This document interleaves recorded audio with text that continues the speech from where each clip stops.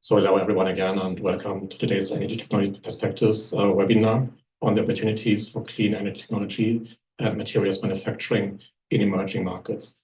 My name is Uwe Remme. I'm the head of the Hydrogen and Fuels unit here at the IEA, and I'm joined today by my colleagues Elizabeth Connelly and Amalia Pizarro. And we're very much delighted to present you today some of the key findings from the new edition of Energy Technology Perspectives, particularly looking into the role opportunities for manufacturing clean energy technologies and materials in emerging markets. This analysis is part of the new edition of Energy Technology Perspectives, which is about the future of manufacturing and trade of 6 key clean energy technologies that we identified: solar PV, wind, electric cars and batteries, electrolyzers and heat pumps, and key materials like steel and aluminium. For this report, we ask ourselves how industrial and trade policies that are being shaped up around the world might affect the future of manufacturing and trade of these commodities. To the best of our knowledge, this is the first such analysis of its kind. The full report, together with some interactive data visualizations, will be made available or is available on our website. So actually, this webinar is part of a series of webinars that we are currently holding on the new report of Energy Technology Perspectives. So you see the very big 2 webinars earlier on clean technology and manufacturing and trade, as well as the role of maritime trade and shipping. And the previous webinars, recordings are available on our website. This webinar will also be recorded. And there will be also a 4th webinar later this week, looking into near zero emission materials production. Before we start, first of all, I'd like to take the opportunity also to thank the reviewers, institutions that provided valuable feedback and contributions with information and data to the analysis in the report. And also just some practical notes. After the presentation of the report, there will be a Q&A session. Please use the Q&A feature in Zoom to pose your questions so that we can address them. The webinar, as I said, will be recorded and will be made available later on our website. And of course, there's still the possibility to register for and join the last webinar of the series on near zero emission materials later this week. To start also setting the scene a bit, I would like to look at the market opportunity for clean energy technologies. It is easy here to get lost in the numbers. We're talking about billions, trillions in terms of market value, but the message is clear that clean technologies are no longer a niche market, not just a climate story. They actually constitute a sizable market today and an important industrial opportunity. Back in 2015, or even 10 years ago, EVs were only around, electric vehicles were only around 1% of new car sales compared to 20% today, and solar PV capacity additions represented 10% of what we actually expect to be deployed this year. At that time, the sales of our 6 key technologies had a market value of around $200 billion. This figure is no more than $700 billion, and China is by far the main market. Around 60% of the global market value comes from sales in China, simply because last year nearly 40% of all cars sold in China were electric vehicles, and China installed 60% more renewable capacity than in the rest of the world combined. The market value is set to grow even further. Even in our more conservative scenario, under current policy settings, we see that the market value is roughly tripling again by 2035 to $2.1 trillion, which is close to the average value of the global oil market in recent years. Of course, that's a different commodity, but still hopefully gives some indication about the significance that we see for the market for cleaner technologies in the future. If one looks at the regional market values, we can see a slight shift from China to the United States and Europe based on current energy policies that these countries or countries in these regions have implemented. When we talk about emerging markets in this presentation here today, it refers to emerging market and developing economies outside China and India. These emerging markets account today for almost half of the global population, but less than 4% of the market value for clean energy technologies today. And under current policy settings, this isn't that much changing. By 2035, actually, the share of emerging markets in the global market for clean technologies increases from 4% today to 7% by 2035. As just mentioned, demand for cleaner technology is highly concentrated, with China accounting for nearly 60%. Looking at manufacturing, the concentration is even greater. In 2023, more than 7% of global investment in cleaner technology manufacturing occurred in China, highlighting an even larger concentration on the supply side compared to demand. In terms of emerging markets, there are only very few clean technology manufacturing facilities in operation, Latin America, Southeast Asia, and Africa. And so these countries account for less than 3% of global investments in clean technology manufacturing. The demand for zero emission materials is still very nascent at the global scale today, and their manufacturing investments represent less than 2% of those cumulative investments in clean technology and zero emission materials manufacturing. The outlook for emerging markets is not very encouraging as well. Less than 5% of the pipeline of announced manufacturing capacity for cleaner technologies globally by 2030 is in these countries. So less than 5% in these countries. And so we see really no basis for meaningful improvements at the moment. Under current policy settings, we see that cumulative investments in the manufacturing of clean energy technologies and zero emission materials in emerging markets could reach $100 billion, while their share of global cumulative investments grows modestly to 6% over this period. We see in 2035, these emerging markets actually account, in terms of annual investments in 2035, for around 70% of the investments in manufacturing. Approximately 3/4 of these investments in emerging markets from today to 2035 are in clean energy technologies, while the remaining quarter is linked to the manufacturing and production of zero emission materials. Notably, emerging markets play a larger role in manufacturing zero emission materials, representing around 30% of global investments in this category, compared to just 5% for clean energy technologies. This highlights the growing potential of emerging markets in producing zero emission steel, aluminum, and ammonia. However, under current policy settings, demand for zero emission materials remains limited. As a result, emerging markets struggle to unlock the full potential, as manufacturing hubs leaving them only a modest role in the global landscape at the moment. The role of emerging markets in clean technology supply chains today is often limited primarily to the supply of raw materials, the very initial step of supply chains for clean technologies. For example, looking at copper today, which is an essential material or input into electric motors in transmission distribution grids. There we see that nearly half of global copper mineral export is coming from Latin America. Or another example is bauxite, for which one single country in West Africa, Guinea, is responsible for more than half of the global exports of this mineral, which is then transformed into a higher value product, aluminium, in other parts of the world. We believe this is not fair, just, and people-centered transition requires enabling emerging and developing countries to move up the value chain and benefit from the economic opportunities that the new clean energy economy can offer to them. Therefore, we work to identify such opportunities by looking at the factors that are influencing investment decisions in manufacturing of cleaner technologies and materials. These investment decisions are largely driven by cost-related factors, particularly the cost of production, which is strongly linked to the competitiveness of countries. But there are other underlying factors, some of which impact the cost of production. Others impact them not directly, but they also have an important influence on making investment decisions in manufacturing.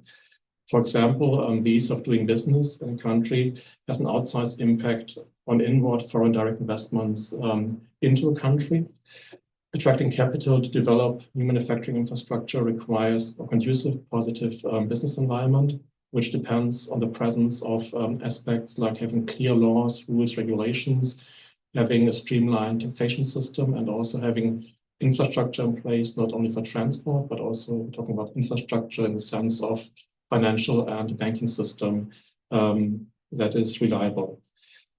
Access to transport infrastructure is another important factor, especially in the case of clean energy technologies and materials. For example, thinking of transporting steel, aluminum, but also thinking of transporting components of wind turbines. Having existing, well-connected and efficient transport systems can give countries a leg up when it comes to developing new infrastructure hubs by reducing the need for additional investments and reducing the time needed to bring these new manufacturing capacities on stream.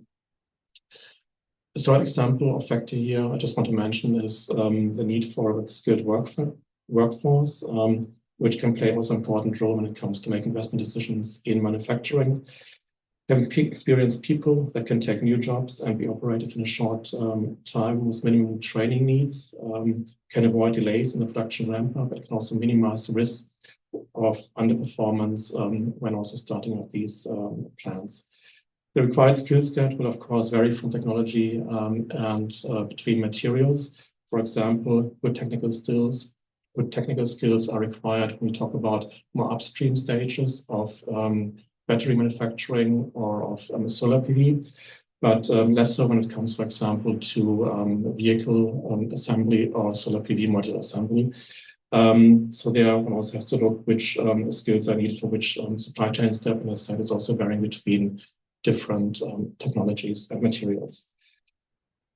For the analysis performed in the street mode, we have identified 12 enabling factors that we grouped in these 3 categories that you see here. So the business environment, the infrastructure for energy and transport, as well as the resource availability and domestic markets. This last category is more regionally specific. In particular, we think about, for example, renewable resources or the size of domestic markets. We've assessed where countries stand today, where they have their strengths, where they're facing barriers or challenges in terms of investing in manufacturing, and also looked at what are the steps need to be taken to unlock the potential for these investments to happen in emerging markets, and so that these countries can benefit from, as I said earlier, from the economic but also job benefits that the clean energy transition can bring.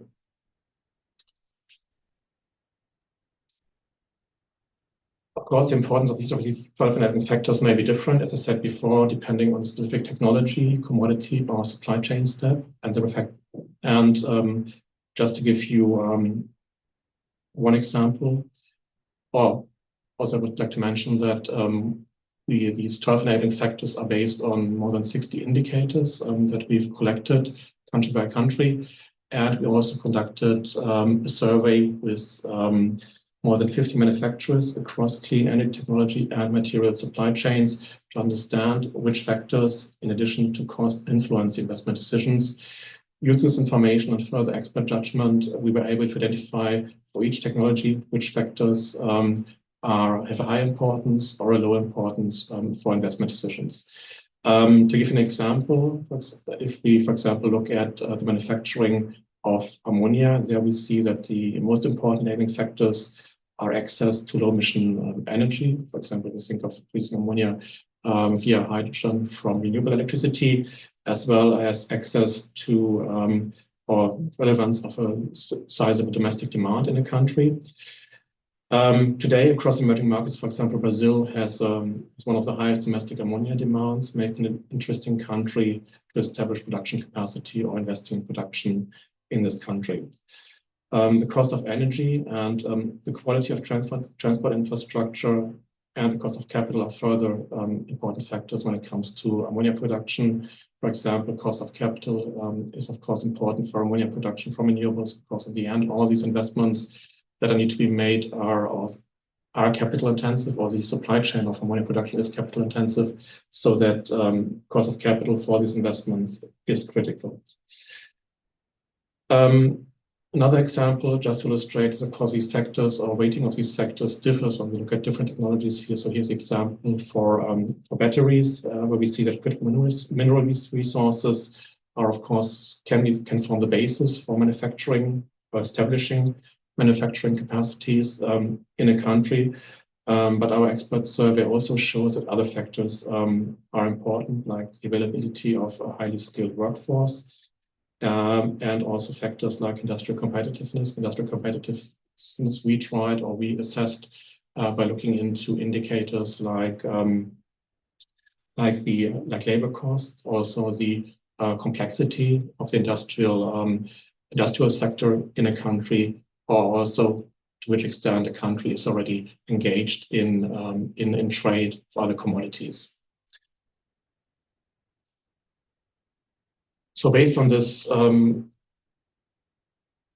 analysis, we tried now to look into how these factors could play out in the future. So as you've already seen before, under current policy settings, we see that cumulative investments in manufacturing of clean technologies and materials in emerging markets account for around $100 billion by 2035. With the right enabling conditions and where announced climate pledges by countries are being implemented, we see that the investments in manufacturing in emerging markets could triple to $300 billion by 2035, so that these countries represent around 30% of global manufacturing investments compared to just 6% under current policies. In 2035 alone, so if we look at the annual investments in the announced pledges scenario, actually the share of emerging markets increases to almost a third of the annual manufacturing investments that we see in 2035. The production of near-zero emission materials stands out as a key opportunity for these countries. Under current policy, it accounts for a quarter of the investments in emerging markets, but in the APS, or the pledges scenario, it increases to almost half. So half of these manufacturing investments are linked to near-zero emission materials. Globally, emerging markets attract more than 30% of investments in manufacturing of near-zero emission materials compared to just 9% for clean energy technologies. This is a massive opportunity, but without bold action, emerging markets risk remaining on the sidelines, unable to realize their full potential as future manufacturing hubs. Therefore, we also looked at what we call the high potential case, where countries and regions build on strong enabling conditions to fully size their opportunities of producing cleaner technologies and near-zero emission materials.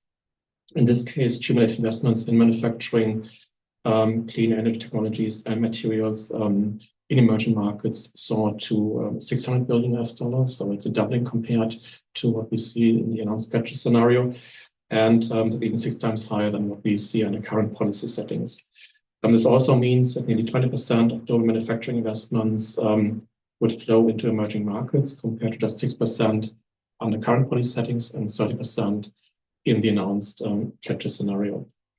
In monetary terms, the right enabling conditions unlock an additional $300 billion between the high potential case and the announced pledges scenario for emerging markets. And in the following, my colleagues Amalia Pizarro and Elizabeth Colani will have a closer look into the insights, particularly in the for emerging insights on manufacturing, particularly in the 3 regions of Latin America, Africa, and Southeast Asia. So with that, I give it to my colleague, Elizabeth. Great, thank you, Uwe. So yes, I'll start by looking at opportunities we've identified in Latin America specifically. So, through our analysis, which we just described, we found that Latin America has strong opportunities in several clean technology and material supply chains. The first thing to mention, is that the region is well known for its abundant renewable energy and mineral resources. And many countries in the region also import nitrogen fertilizers today, which we mentioned earlier, can form the basis for, establishing domestic manufacturing or production. So our analysis suggests that the region could produce all of its nitrogen fertilizer needs domestically and become a significant exporter of ammonia by 2050, thanks to its renewable resources. Some countries in Latin America also hold additional relevant assets, which could include a skilled workforce, which is particularly important, for example, in battery and wind manufacturing. And what we found is that Latin America has some of the most favorable enabling conditions for wind turbine manufacturing specifically. Today, we see that Mexico and Brazil are the principal manufacturer of wind components in Latin America, each holding about a 5% global production share when we're referring to wind turbine blades. And so what we think is that manufacturing could grow even further in the region, particularly in Mexico and Brazil, but also in Argentina and Chile. And another thing to mention here too is that the proximity to rich mineral deposits, such as lithium, also makes manufacturing of batteries and their components a viable prospect in Latin America. And so here we wanted to take a kind of closer look at the enabling conditions for EV battery supply chains in Latin America. So, as I just mentioned, Latin America has large lithium resources. There's often referred to as the lithium triangle, which contains over 50% of the world's lithium resources. And that's between Argentina, Bolivia, and Chile. And so when accounting for the economics of mining, what we're showing here is reflected using the term lithium reserves. The region, remains well placed in this regard. And what we saw in 2023 is that Latin America represented about 30% of global lithium production. In fact, the development of lithium extraction and refining capacity in Chile is already generating increased interest from international partners. For example, the free trade agreement between Chile and the United States, which came into force at the beginning of 2024, could accelerate the development of Chile's domestic EV and battery supply chains. Basically, it means that EVs made with batteries or components using Chilean lithium are eligible for tax breaks in the United States. And this is, expected to foster bilateral trade. Energy prices, shown in the middle panel here, especially electricity prices, are another important enabling factor for battery and component manufacturing. The price of electricity varies across Latin American countries, but there could be opportunities to create regional supply chains where the most energy-intensive steps of battery manufacturing could occur in countries with the relatively low electricity prices. Further, vehicle manufacturing in the region, especially EV manufacturing, can help create demand for these EV batteries. And in fact, we're already seeing that the market for batteries is growing rapidly in the region, thanks to rising demand for EVs. The Chinese EV manufacturer BYD plans to invest more than $600 million in building an EV plant in Brazil, which is aimed at supplying the local market with EVs. And they've also announced plans to produce battery cathodes in the country as well. Further, in Brazil, they've also passed recently into law this year a new decarbonization policy, which incentivizes EV production through tax credits for new R&D and production projects.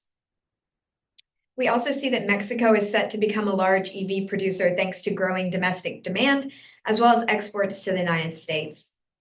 Under the United States-Mexico-Canada Free Trade Agreement, cars produced in Mexico are also eligible for financial support through the U.S. Inflation Reduction Act. We've seen announcements from several automakers, including Tesla and Audi, on planned investments in EV manufacturing facilities in Mexico already. And thanks again to access to large lithium resources, as mentioned, also the expertise in car industries and abundant renewable energy, we think Latin America is one of the regions with kind of the biggest potential for building an integrated EV and battery supply chain. So moving now to look more at our model results, taking into account industry announcements and policies and the outlook for these enabling conditions, we've come up with a couple of scenario results here. So in the announced pledges scenario, again, this is taking into account climate targets and country pledges, battery demand in Latin America increases, particularly as the production of EVs in Mexico and Brazil increases. And then in Chile, Argentina, and Brazil, and Mexico, we see that the battery industry is expanding. Today, production is basically zero, but this could rise to 150 gigawatts in 2035 in our announced pledges scenario, which for context is about twice today's production levels as we see in the European Union. This increase in production would satisfy about 45% of the region's total battery demand.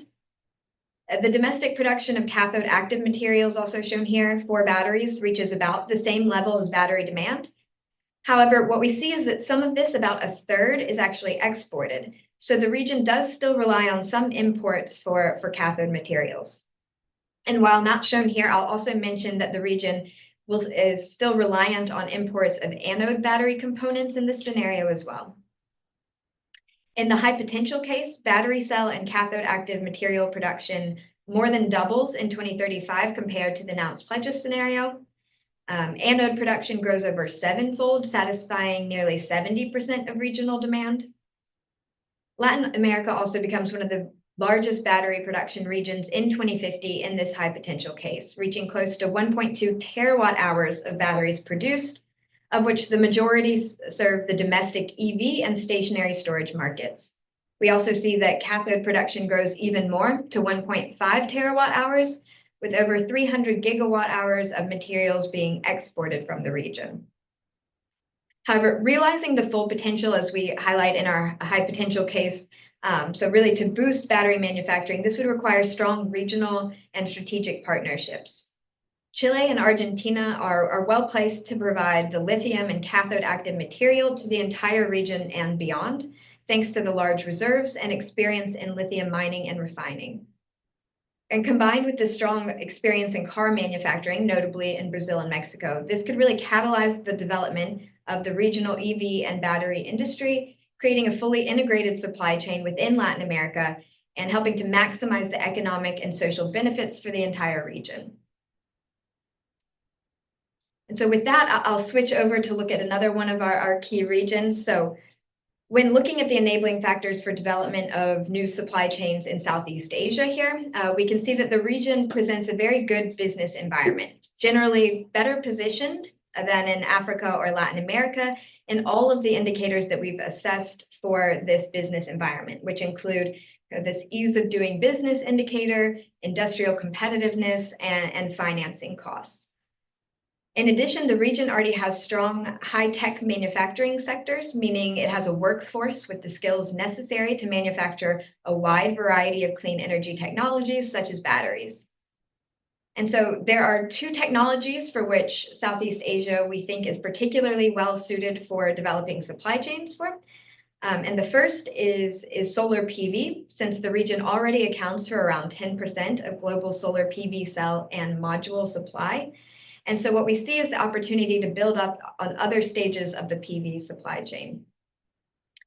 Based on the enabling conditions and the potential for the region, our analysis suggests that in this high potential case, Southeast Asia could become one of the cheapest places to produce polysilicon and wafers for solar PV modules within the next 10 years and take a larger share of the global market for these. The second opportunity that we've identified for Southeast Asia is in EV and battery manufacturing. Some countries in the region, such as Vietnam, have already established manufacturing of both conventional internal combustion engine vehicles as well as EVs. And what we see is that even this kind of existing internal combustion engine vehicle manufacturing has the potential to be leveraged and kind of retuned for EV production. Looking elsewhere in the region, we also see that Indonesia has some of the largest nickel reserves in the world, which is a key component for batteries. And today, Southeast Asia produces roughly 40,000 electric cars per year. And we see that has the opportunity to produce even more EVs and actually begin exporting them to other markets. But here, we're going to dive more into the opportunities for solar PV manufacturing in Southeast Asia. So as I mentioned, Southeast Asia already contributes to global solar PV production, though it focuses mostly on module assembly. So Thailand, Vietnam, and Malaysia lead in modules and cell production, and in the region as a whole, kind of constitutes the second largest producer, so following China, in terms of these components. And we've already seen notable increases in manufacturing capacity, especially for wafers and polysilicon production in the region. And so what we find is that the region really presents quite unique characteristics to enable the development of new manufacturing capacities for solar PV modules and their components. First is the competitive energy costs that are crucial for polysilicon and wafer production, given their energy-intensive nature. Southeast Asian countries like Indonesia and Vietnam benefit from low electricity costs, which we think really enhances their competitiveness for these energy-intensive steps of the supply chain. In addition, Malaysia, Thailand, and the Philippines have high levels of activity in sectors that could have potential synergies with PV production, such as semiconductors and chemicals production. And then again, the workforce skills for these sectors align well with the technical demands for solar PV manufacturing, particularly in advanced processes like polysilicon production. And so this can help create a strong foundation for PV and component production in the region.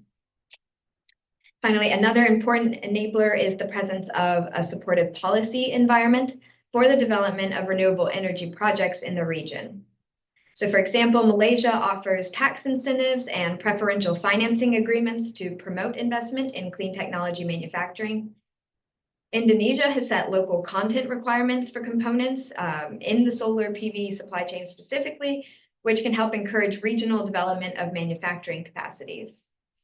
We also see that Thailand and Vietnam have incentives that support the scale up, at least for domestic demand for solar power generation. So switching again to kind of our modeling results here, the announced pledges scenario, again, which takes into account policy goals to expand renewable electricity output. And what we see here is that solar PV capacity additions across Southeast Asia increase in our announced pledges scenario by about 25 times between 2023 and 2035. And we think this will help anchor growth in the region's manufacturing capacity in the short term. And we see that vertical integration of PV supply chains in Southeast Asia, which is able to serve fast-growing domestic and export demand. Through to 2035, the region is expected to retain a competitive advantage driven by favorable cost fundamentals, and in particular by the development of a robust wafer and polysilicon industry.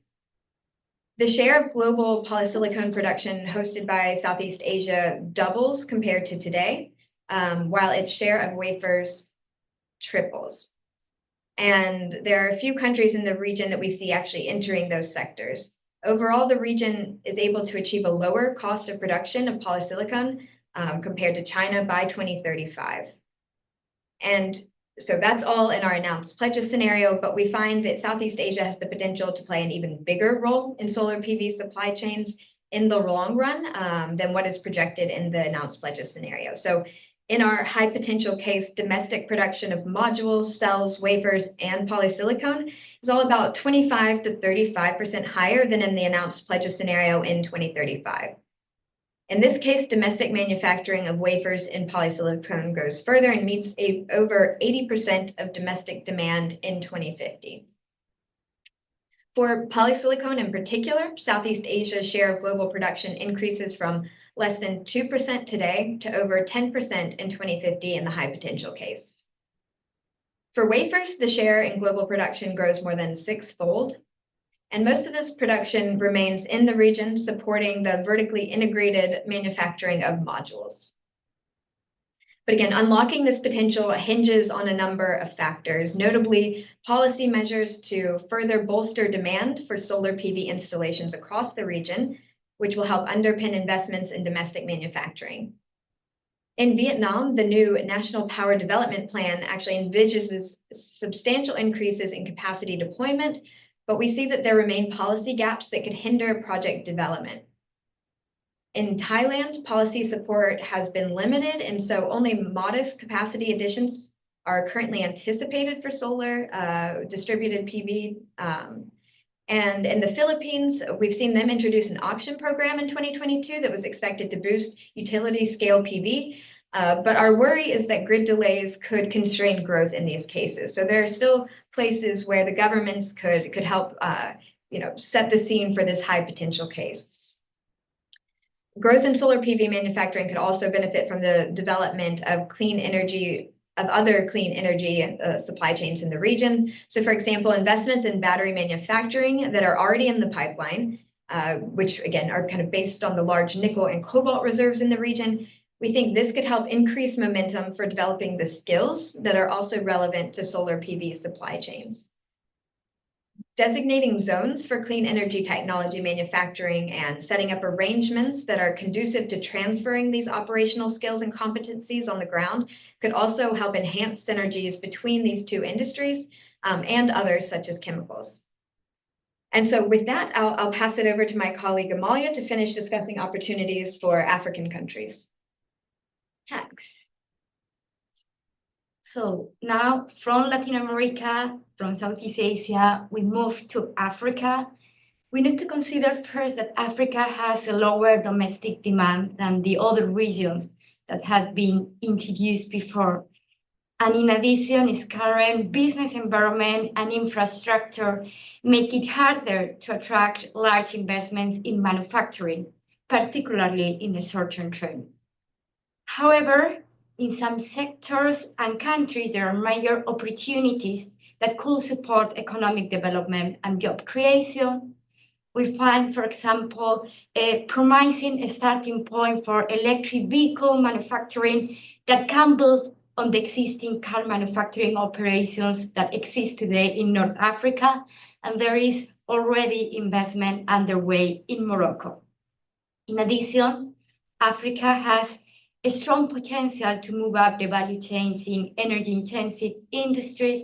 As Uwe mentioned before, the potential of emerging economies to attract manufacturing investment for near-zero emissions materials is quite large, and Africa can leverage its abundant low-cost renewable energy resource. And this goes beyond generating affordable electricity and improving access, which should be the priority.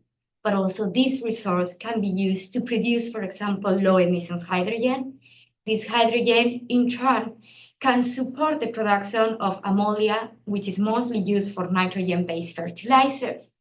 And these near-zero emissions ammonia and fertilizers could drive opportunities for agricultural sustainability, but also decrease the exposure to international market price that greatly affects the price of fertilizers when there are shocks in natural gas price. In addition, the region has vast iron ore reserves.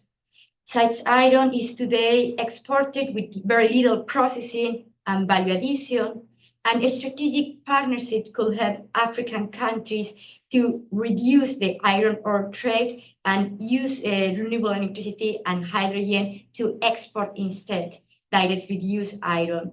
This reduced iron ore can be exported to countries where it's most costly to do so, as well as using it domestically. So now I will focus more specifically in the case of iron ore, iron, and steel opportunities in Africa. Demand for steel is highly concentrated today in China, which accounts for around half of global production. This is followed by the production from advanced economies as 25%. So the remaining 25 steel demand percent is in emerging economies. Demand in emerging markets has been growing steadily and is expected to rise further with population growth and economic development. Crude steel production today in emerging markets is concentrated in Southeast Asia, in Latin America, particularly in Mexico, in Brazil, and we have some steel production in Africa, but this is largely concentrated in North Africa.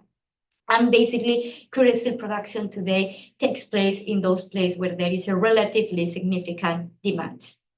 Africa accounts for just about 1.3% of global crude steel production and still imports nearly a third of its consumption, which contributes to a trade deficit.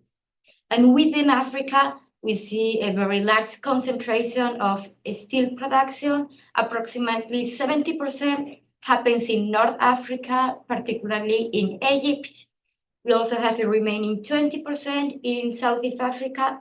The production in other sub-Saharan African countries is quite small. It accounts to less than 8% of the total African production, and despite the fact that it represents almost 30% of the consumption, which means that a lot of sub-Saharan African countries have large trade deficits regarding steel. And developing competitive iron and steel supply chains, including those that could potentially be based on near-zero emissions technologies, depends today on two key factors, that is access to cheap and reliable energy and the access to raw materials.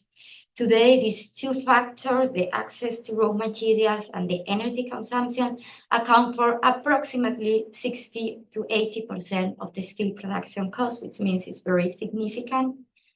Historically, steel plants have been located either near coal mines or very close to the downstream demand.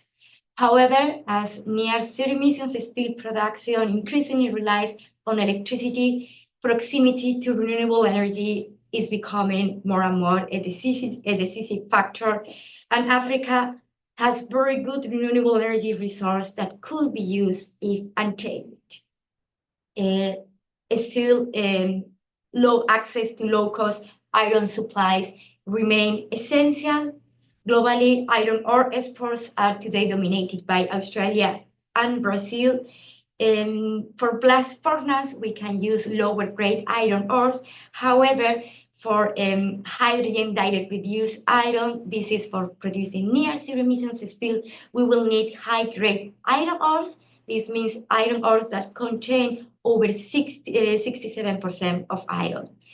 And the supply of high-grade iron ore is very concentrated. It only represents 4% of global shipments and is Brazil leading in high-grade iron ore production, while Australia is leading globally on iron ore production. Most of its iron ores have a lower grade that cannot be upgraded with current technology for beneficiation for near zero emissions process. Notably, several African countries, particularly in West and Central Africa, hold significant reserves for high-grade iron ore, as it is illustrated here with the light blue dots. And this represents an untapped opportunity in countries such as Guinea, Liberia, Mauritania, Gabon, the Democratic Republic of Congo, and many other countries. Yet, many significant good quality iron ore reserves in Africa are in areas with very limited energy and transport infrastructure, and this poses a challenge on how to fully leverage and make use of this resource. For emerging markets, with iron ore resource and good access to renewable energy, moving further down the value chains offers immense potential to create value.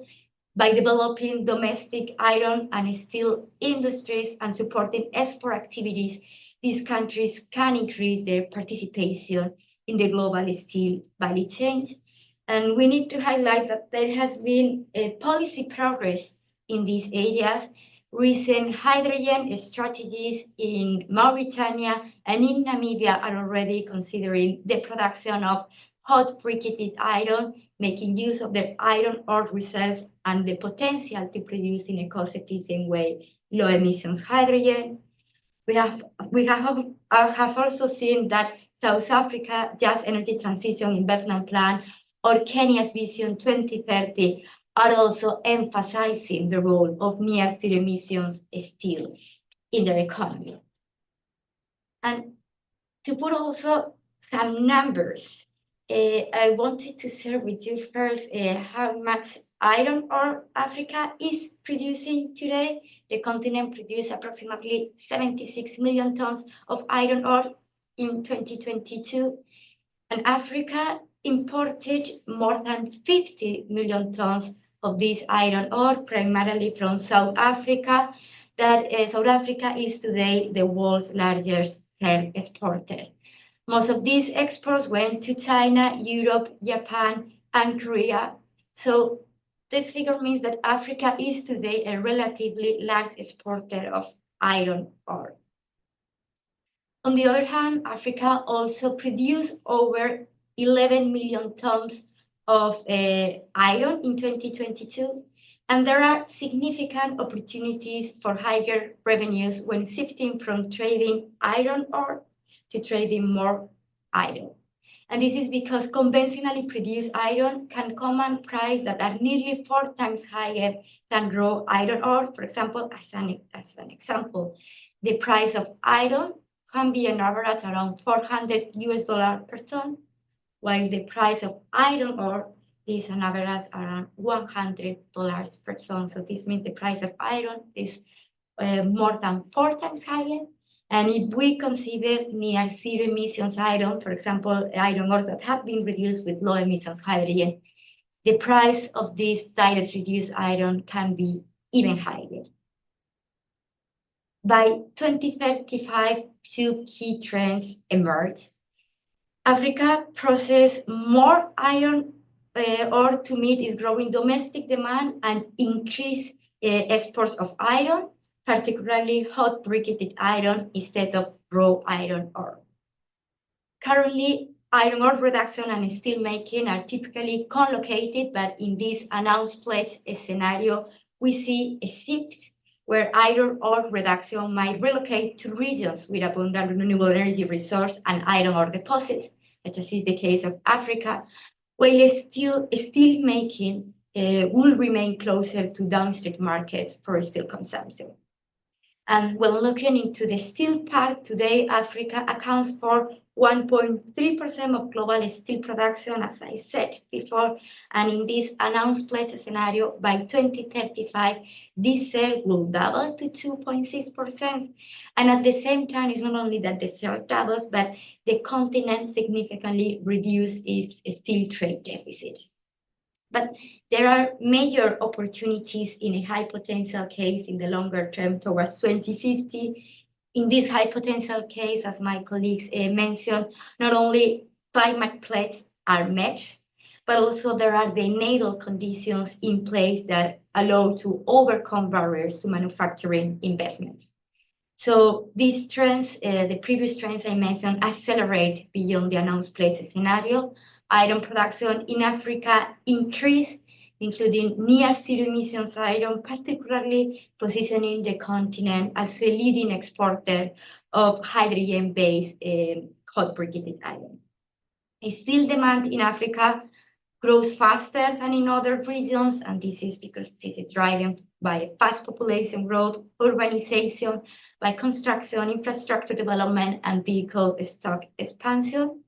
So this leads to doubling of crude steel production by 2035 that we have already seen in the previous case, but in the high potential case, it triples by 2050.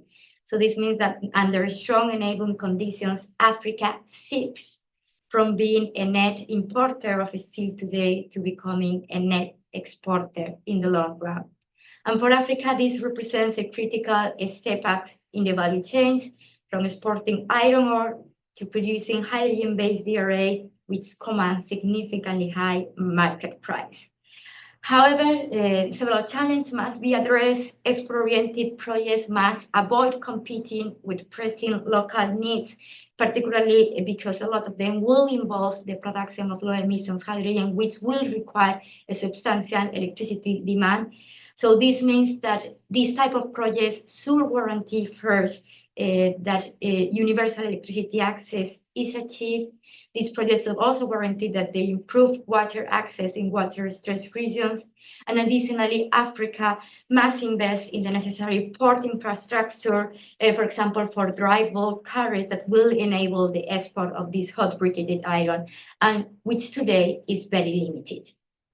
And moving beyond Africa, and in generally this applies to all emerging economies, we need more action to ensure that sufficient investment is flowing, achieving orderly clean energy transitions while protecting and enhancing global economic prosperity requires governments to address three critical policy dimensions in clean energy manufacturing: security and resiliency, affordability, and a people-centered transitions.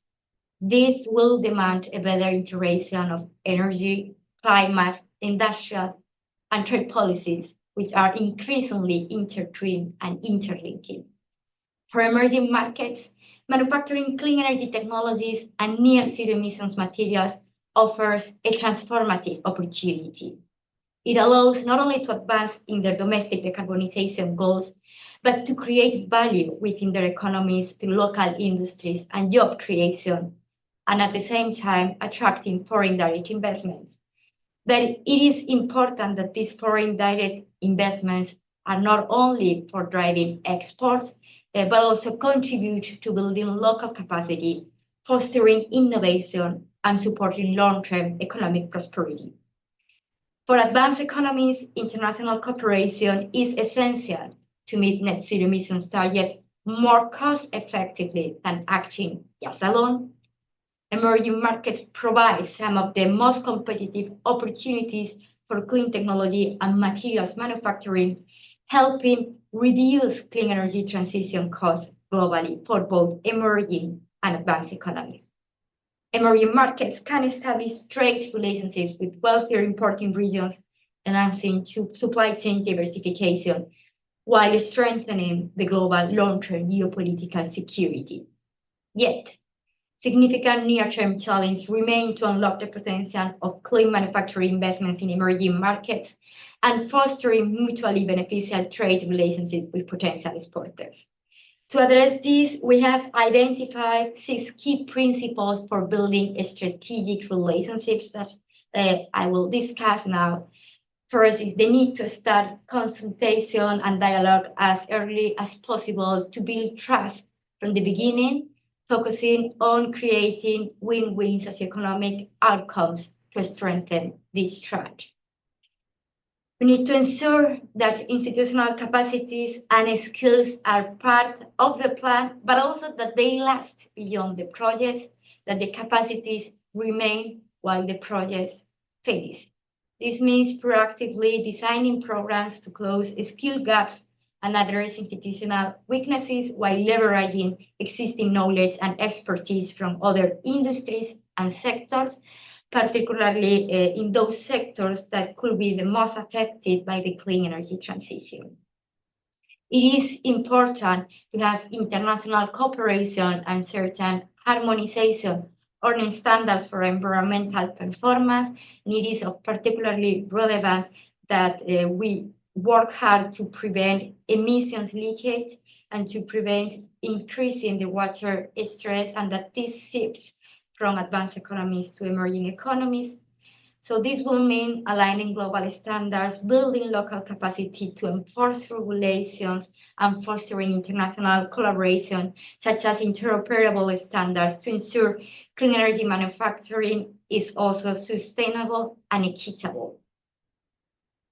Projects should be designed to meet local climate goals, focusing on developing domestic manufacturing in emerging markets to reduce the cost of deploying clean energy technologies also in those emerging markets, because that will drive the domestic market growth, and this will create even further opportunities for regional expansion, including within neighboring countries with a south-to-south focus. Projects should be platforms for future prosperity. Emerging markets have a critical opportunity to move up the clean energy value chains, transitioning from raw materials exports like critical minerals like iron ore to producing higher value components such as battery materials and finished products, on from supplying hydrogen to manufacturing iron and steel. Additionally, the infrastructure needs of manufacturing projects such as roads, power grids, ports, desalination facilities offer significant local economic benefits.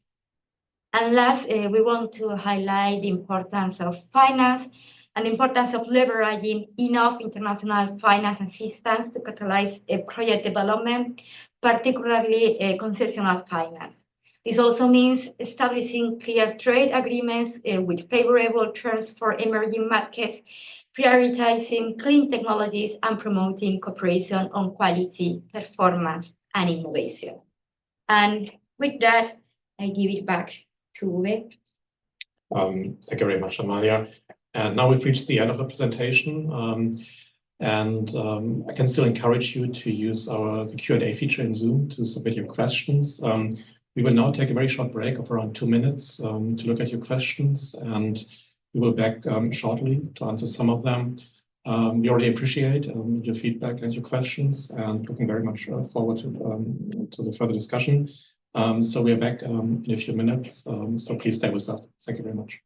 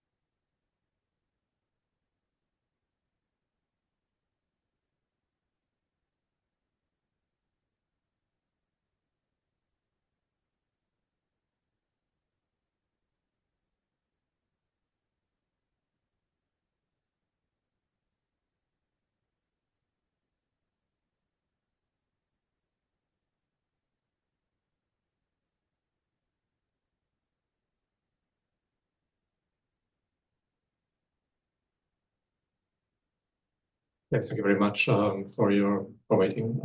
So yeah, we've got a few questions, and maybe one to start is a bit we presented you the 12 enabling factors and talked about the 60 or more than 60 indicators we're using to derive these enabling factors. But maybe we can shed a bit more light on the methodologies we actually used to then came up with the assessment of these different opportunities for the different regions that we've shown to you. So maybe Elizabeth, can you shed a bit of light or explain a bit how the methodology that we use for the assessment looks more in detail? Sure, thanks. Yeah, so I think, we presented these kind of 12 enabling factors because that was basically the starting point for how we were thinking about this. So that was kind of the first step, right, is understanding what are enabling conditions or enabling factors. And then we started thinking about how do we measure those. So as we've mentioned a couple of times, I think, we ended up coming up with a list of, I think it's precisely 63 indicators where we have found from different sources to help kind of measure how well certain countries are addressing these certain enabling factors, how well they perform in terms of these enabling conditions. So yeah, I think a lot of the effort went into finding these data sets specifically. And so I'll give a couple examples maybe. So one of our kind of enabling conditions or factors was this ease of doing business. And so there we ended up having 3 different indicators to help us gauge performance in terms of ease of doing business.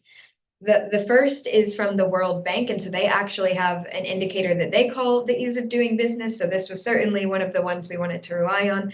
We also included another index from the World Bank, which is on kind of political stability as well.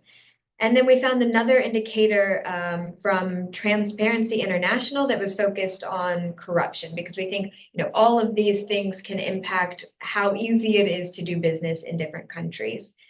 And so, what we did is I think most of these indicators across the categories, business environment and energy and transport infrastructure, were cross-cutting and kind of applied to all supply chains. But then when we looked at more resource availability in domestic markets, these tended to be a bit more supply chain specific. So for example, I talked a lot about lithium resources earlier. So there's, different minerals that matter for battery production, but maybe, don't matter so much for ammonia production. So we omitted the ones that didn't really, shouldn't be included in assessing for a certain supply chain. And so, in total for each supply chain, we had only about 29 to almost 40 that were used for each specific supply chain. But basically, we collected all of this data on these 63 indicators. And then what we did was normalize across the countries that we were looking at. And so basically, a poor indicator value was then assigned 0, and the best value was assigned 1. And then we basically used this importance judgment that we talked about, that we received through the surveys and through expert elicitation. So basically, the importance is kind of a qualitative way to describe how much weight those enabling factors should have. So then what we did was assign values to the different levels of importance. So there's very important, less important, these kinds of things. And so we ended up having weights that ranged from 1 for the least important up to 5 for the most important. And so basically, then we're just applying these higher weights on the ones that matter more. And so again, kind of all of these enabling factors within a supply chain, the average, we average normalized enabling factor values were then multiplied by the importance ratings. And so what we tried to calculate was this kind of total opportunity value. And that's not something we showed in the presentation today, but I can point you to the report where, we looked through for each country and tried to come up with this opportunity value here. And again, I should mention, this is based on indicators about where things stand today. And so even if they're not performing well today, that doesn't mean that we don't see a high opportunity. And so what we've tried to do with our high opportunity case too is, really highlight areas where maybe things didn't perform well currently, but that we think, governments could pay more attention to building up these enabling conditions in order to reach their high potential.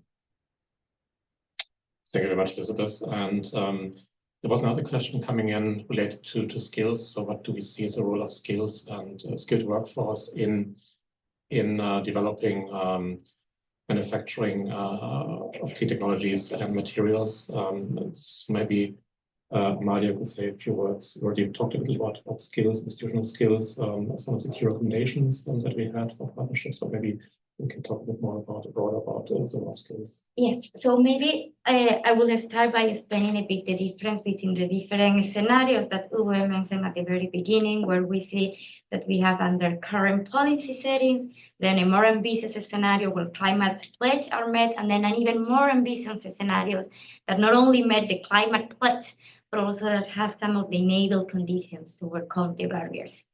So actually, this scenario also reflects certain time lag that is needed in order to ensure that the skills are created.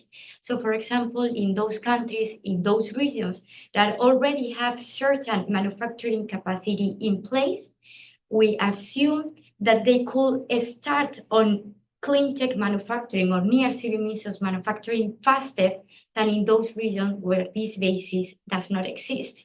Because this basis of existing manufacturing capacity not only means access to infrastructure, it also means transferable skills. Once you have a skill in one industry, in one material, can be easily transferred to other industries, to other materials. So there is certain time lag. And that's the reason why, for example, in the case of Africa, we saw a huge jump between 2035 and 2050. So already in 2035, the region starts, but it's likely to start in those places that there is already certain basis. And by 2050, there is enough time to develop the skills. Nevertheless, I want to highlight two things. Developing skills take time. It's a long-term strategy, and we should start from now to develop the skills that we will need in the next decade and in the coming decades. International cooperation will be key, but we should not only think about advanced economies and emerging economies. I want to stress the potential from South-South cooperation, and particularly in the case of steel, I want to highlight the role that the Brazilian mining company is already playing. They already have some cooperation agreements, for example, with the European hydrogen green steel that is now known as Stegra, and they will supply DRA iron ores for a new plant that they will produce hydrogen-based DRA in Europe. But not only they will supply this DRA iron ore, but they have also new cooperation agreements, including a cooperation with Green Energy Park, where they are considering putting such a facility in Brazil.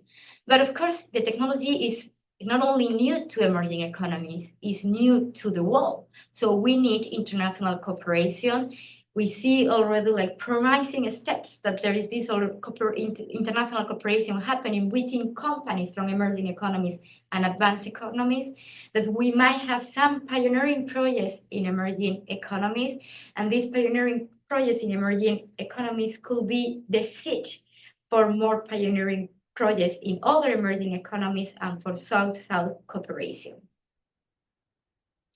Thank you very much, Amalia. We got another question, because of course we talked today very much, or focused very much on manufacturing of clean technologies, so it's a bit more a downstream step. But there was also a question related to graphite as an important material for the manufacturing of batteries. And because, yeah, we talked, I mean, the scope of the entire report, I have to say, is very much focusing on manufacturing. So we've got other publication reports looking into critical minerals like graphite, but maybe Elizabeth, you could talk a little bit about the role of trade of graphite, how important it is actually for battery manufacturing and other potential challenges or a risk also when it comes to graphite supply for batteries.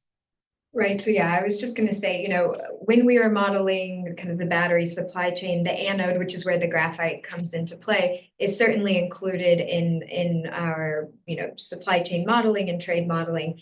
But it didn't end up being much of a focus in our deep dives. But certainly it's, you know, an important consideration, because I think we see that today I think it's around 80% of mining of graphite happens in China.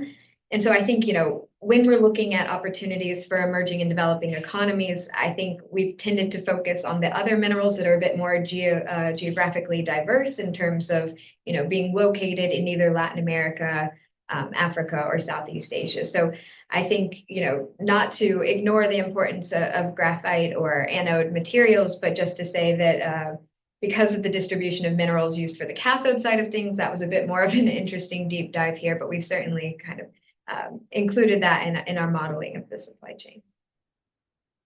Thank you very much, Elizabeth. There was one other question more in terms of also definition understanding. When we talk about electric vehicles in our analysis, so what does it really actually include? Does it include two-wheelers or not?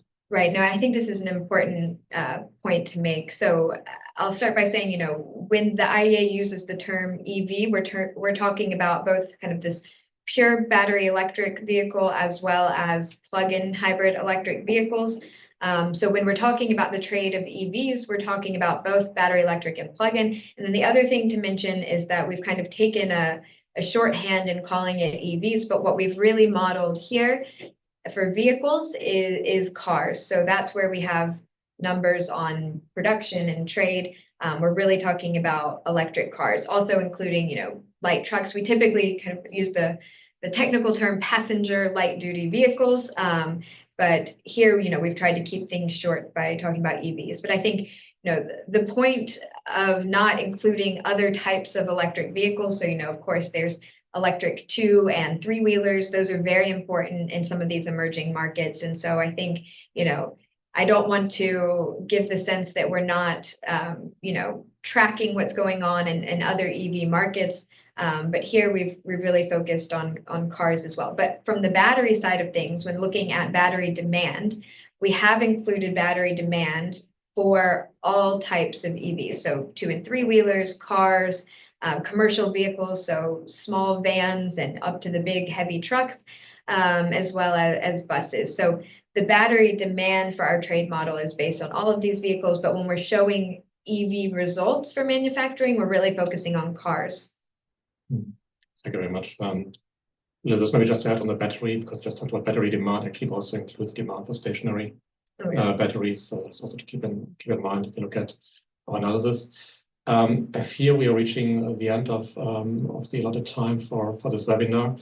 First of all, I very much thank you for attending the webinar today and also posing your questions. If we haven't answered all of your questions, or if you have further questions, please feel free to contact us. So we're happy to follow up with you. With that, we will close the webinar. Again, thank you very much for attending the webinar today.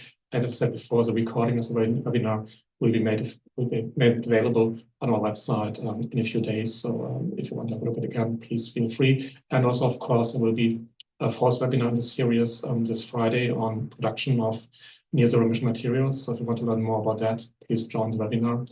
And thanks a lot and have a nice rest of the day. Thank you very much.